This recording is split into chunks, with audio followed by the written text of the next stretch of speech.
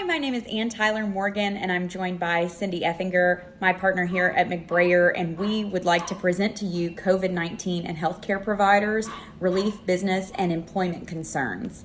And just a few quick housekeeping notes before we get started. For your continuing medical education credit, there is a disclosure that we have nothing to disclose in presenting this to you in the planning and delivery of this content.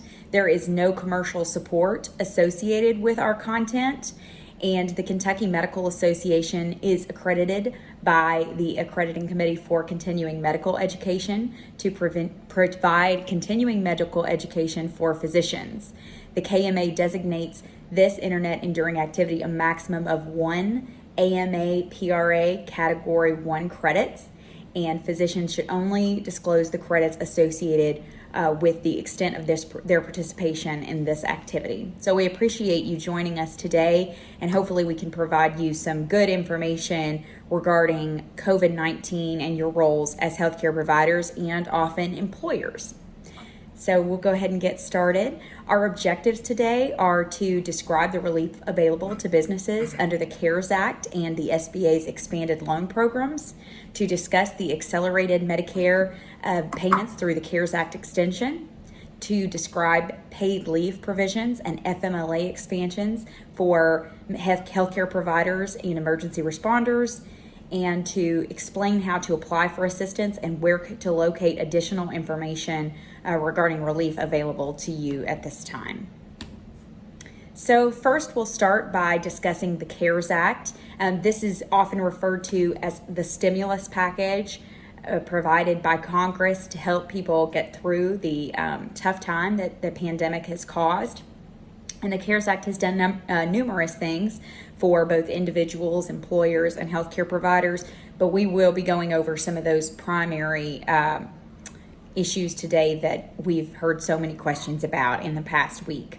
The CARES Act was passed on March 27th.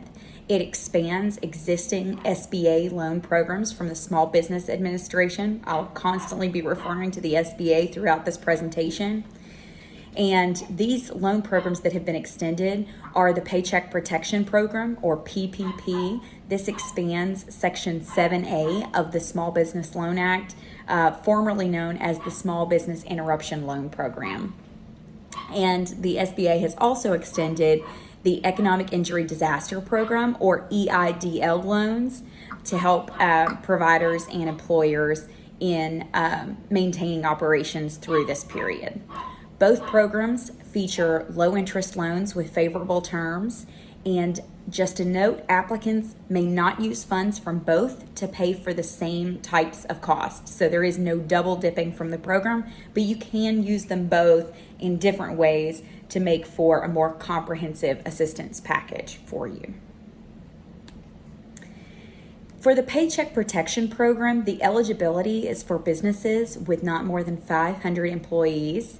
And this includes affiliates, although affiliates are excluding restaurant franchises who may have more than 500 employees across their system, but less than 500 per site. It also includes sole proprietors and independent contractors who may apply for the loans. It includes 501c3s with fewer than 500 employees, and other businesses that are industry specific based on their NAICS code, or tribal businesses that meet the SBA size standard, and 501c19 veterans organizations that meet the SBA size standards. So Congress has intended to cover a great number of employers with the CARES Act Paycheck Protection Program. And please note that 500 employee threshold includes all employees of any status, including those that are part-time. The requirements for the Paycheck Protection Program are a good faith certification that the loan is necessary to support ongoing operations, that proceeds from the loan will be used for designated purposes, such as providing jobs and making mortgage, lease, or utility payments, and the applicant does not have a pending application for another loan for the same loss.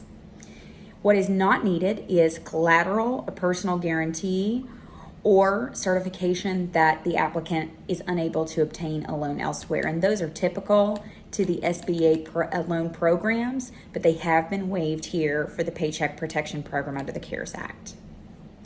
The amount of the loan is 250% of the borrower's average monthly payroll cost, and they're calculated over the year prior to the loan issuance date. It's up to $10 million, and sole proprietors, self-employed, and independent contractors are subject to different rules. The amount is their regular wages, commission, income, net earnings, not more than $100,000 per year, and prorated for the covered period.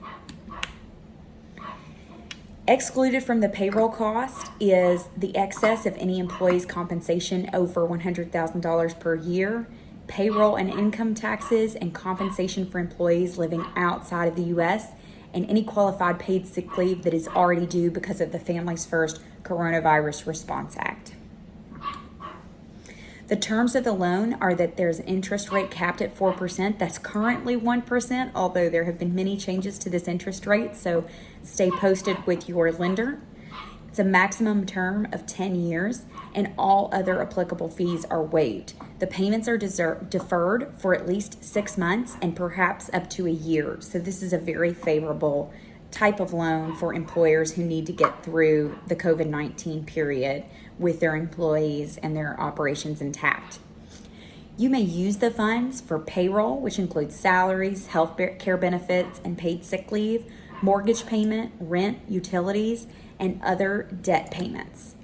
And up to 100% of this is forgivable on payroll cost, interest on mortgage obligations, rent, and utilities, as well as additional wages paid to tipped employees.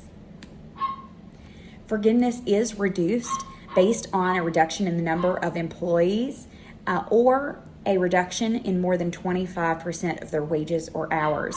This can be mitigated if you rehire your terminated employees by June 30th. For the EIDL program, the other type of SBA loan that has been extended for the current crisis, the eligibility is similar to the Paycheck Protection Program that I just discussed, but there is no exemption for the hospitality industry or franchises. More nonprofits are eligible for this type of loan, anyone under 501c, including 501c6s, which are ineligible for the Paycheck Protection Program. If you are a religious organization, funds must be certified that they will only be used to promote secular services during this time to the general public. The EIDL requires substantial economic injury due to the coronavirus. You must have an acceptable credit history and establish your ability to repay the loan. Collateral is required for loans in excess of $25,000, and a personal guarantee is required for loans in excess of $200,000. The economic injury disaster loan is up to $2 million. Interest is capped at 3.75% or 2.75% for nonprofits, and there is a repayment for up to 30 years. So while this loan is not forgivable, the loan terms are quite good. And applicants, while they're applying for the EIDL loan, may also apply for an immediate emergency grant in the amount of $10,000. It's available quickly. Right now we're hearing something like 3 to 5 days, and it's forgiven even if the rest of your EIDL loan application is rejected. So that is a very, very good opportunity to apply for some grant money. And now I will turn it over to my partner Cindy to discuss the Families First Coronavirus Response Act. Hi everybody, I am Cindy Effinger and I am also a partner at McBrayer, and I'm here to talk to you about the Families First Coronavirus Recovery Act. This will be a brief section to give you an overview of the act and the exemption that could apply to healthcare workers. So let's just talk briefly about what the act provides and what benefits the act has.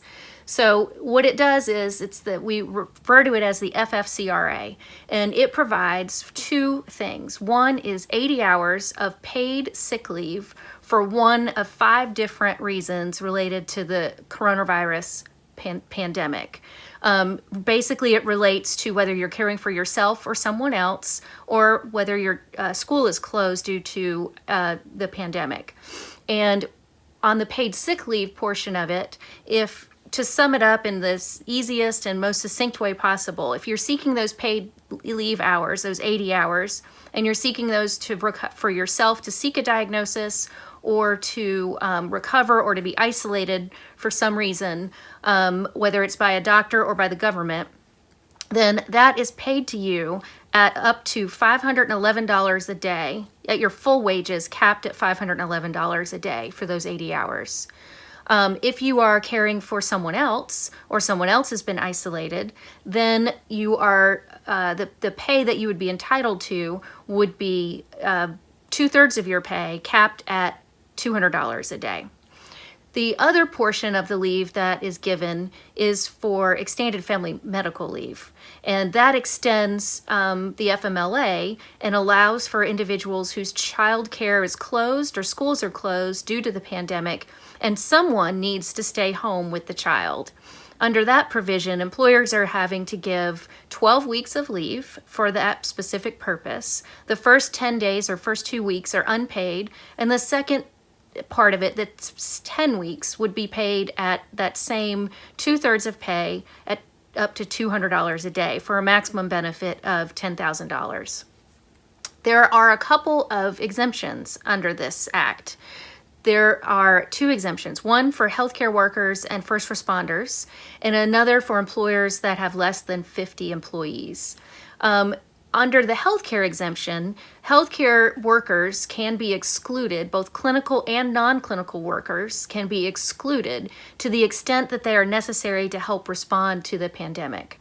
The intent behind this exclusion was twofold. It was to minimize the spread, but also to protect employees at the same time, or to minimize the spread and protect employees, but also to help employers who need those people to be present because of the need of having healthcare workers.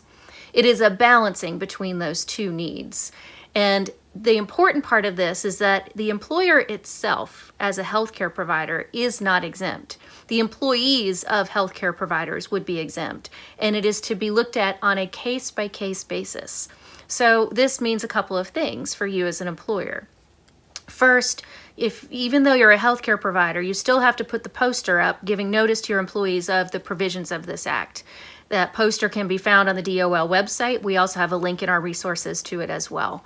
Secondly, that means that your employees are going to be coming to you asking for this leave, and at that point, you would have to tell them whether or not you're exempting them from the provisions of this act. And that is going to create some disharmony. It's going to create some confusion. So it's really important for you to develop policies and communications to let your employees know what leave is allowed, what leave is provided, and on what basis you will grant the leave. The nature of the leave, like I said, that 80 hours for the paid sick leave and the 12 weeks of extended family medical leave are the 2 things that you could possibly exempt your employees from. There is a second exemption for businesses of less than 50 employees. This exemption is a little bit different. And what that would require is an official from the organization to certify one of 3 different reasons. And these 3 different reasons, and the certification doesn't go anywhere but beyond your own documentation. You don't submit it to the Department of Labor, and you don't necessarily have to send it anywhere unless and until someone calls upon you or calls you out for taking the exemption. So if you have less than 50 employees and you're outside of this healthcare realm, the 3 reasons that you could exempt, and again, it's on a case-by-case basis, are as follows. One is the provisions of the sick or family medical leave would result in the business's expenses and financial obligation to be at minimal capacity. Number 2 is the absence of the employee or employees who are requesting the leave would entail a substantial risk to the financial health or operational capabilities of the small business. Or finally, that there aren't sufficient enough workers who would be willing, qualified, and able to replace those who would be requesting the leave. So there are 3 different reasons under that small business exemption, and they need to be reviewed very carefully and probably with counsel in order to determine whether or not the exemption could apply to you if you have under those 50 and you're outside of the small business or you're outside of the healthcare field. So let's talk about who is a healthcare worker.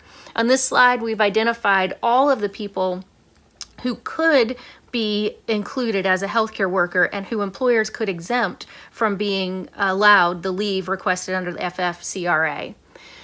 Those include those employed at any doctor's office, hospital, healthcare center, clinic, post-secondary educational institution offering healthcare instruction, medical schools, local health departments or agencies, nursing facilities, retirement facilities, nursing homes, and home healthcare providers. All of those, it's a very expansive and broad definition. The Department of Labor, however, is cautioning employers in this field to exercise this exemption judiciously, meaning that we do need to balance the need to protect the public and the employee from the spread of COVID-19, while at the same time providing those needs in the healthcare field to serve the public. So in order for you to decide whether or not you should opt out of these provisions or exempt an employee, I think you're going to have a lot of very serious conversations in your management. The thing about this is you could end up providing leave to some employees and not others in the process of deciding whether or not you're going to exempt the employee. Because again, remember, the employer or the business is not exempt. It's each individual employee on that case-by-case basis.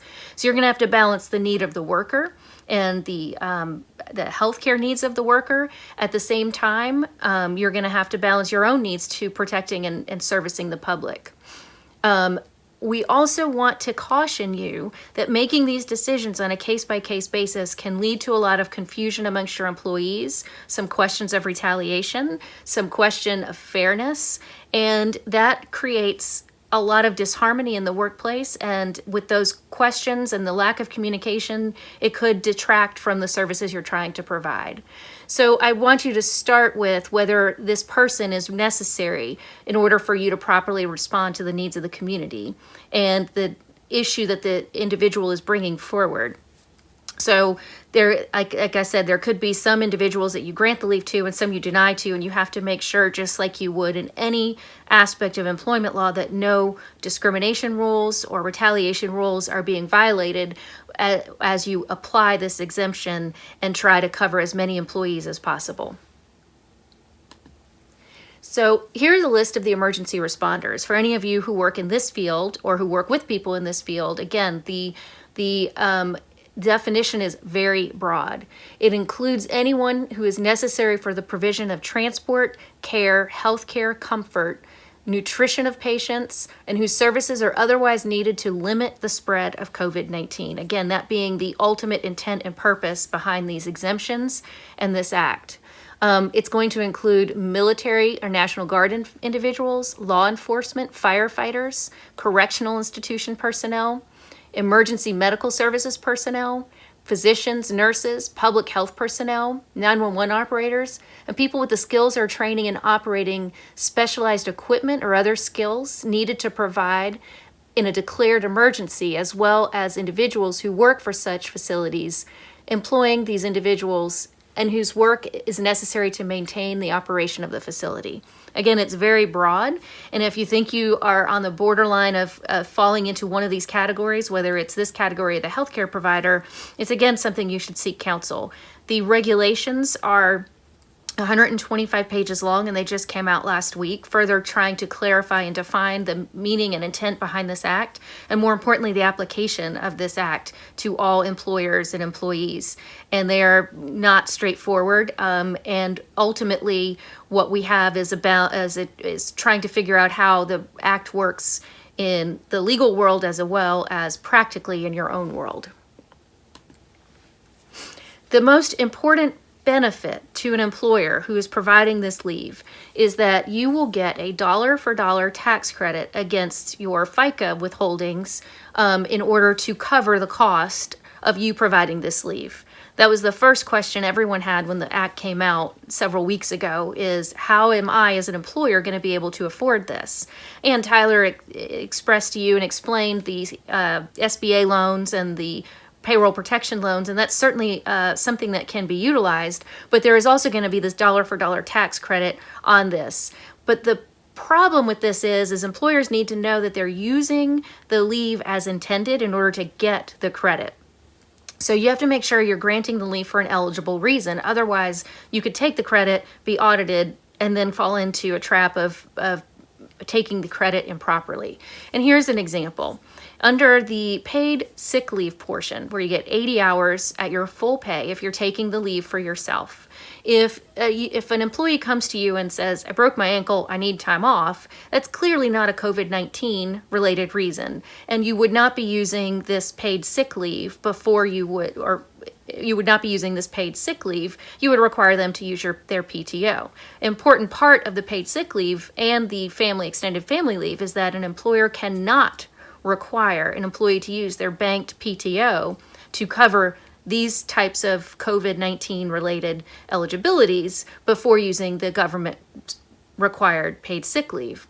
So someone comes to you with a broken ankle and they need 2 weeks off to recover. It's clearly not a COVID-19 reason. You're not going to dock it as under the FFCRA, and you're not going to take the tax credit.